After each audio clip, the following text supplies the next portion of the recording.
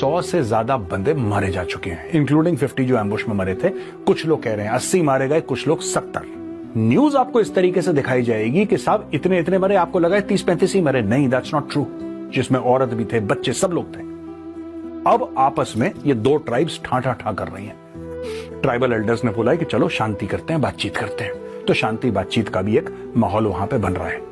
लेकिन ये फिर चीजें होंगी। अब पाकिस्तानी फौज और पाकिस्तानी सरकार दुनिया भर को एक चेहरा दिखाना चाहती कि everything is under control, don't worry. ये बीच बीच में ठूं करते रहते हैं, लेकिन एवरीथिंग इज अंडर कंट्रोल। 100 से ज्यादा बंदे मारे जा चुके हैं, इंक्लूडिंग 50 जो एम्बुश में मरे थे। कुछ लोग कह रहे हैं 80 मारे गए, कुछ लोग 70। न्यूज आपको इस तरीके से दिखाई जाएगी कि साहब इतने इतने मरे, आपको लगा है 30-35 ही मरे। नहीं, दैट्स नॉट ट्रू। जिसमें औरत भी थे, बच्चे, सब लोग थे। अब आपस में ये दो ट्राइब्स ठाठा ठा कर रही हैं। ट्राइबल एल्डर्स ने बोला है कि चलो शांति करते हैं, बातचीत करते हैं। तो शांति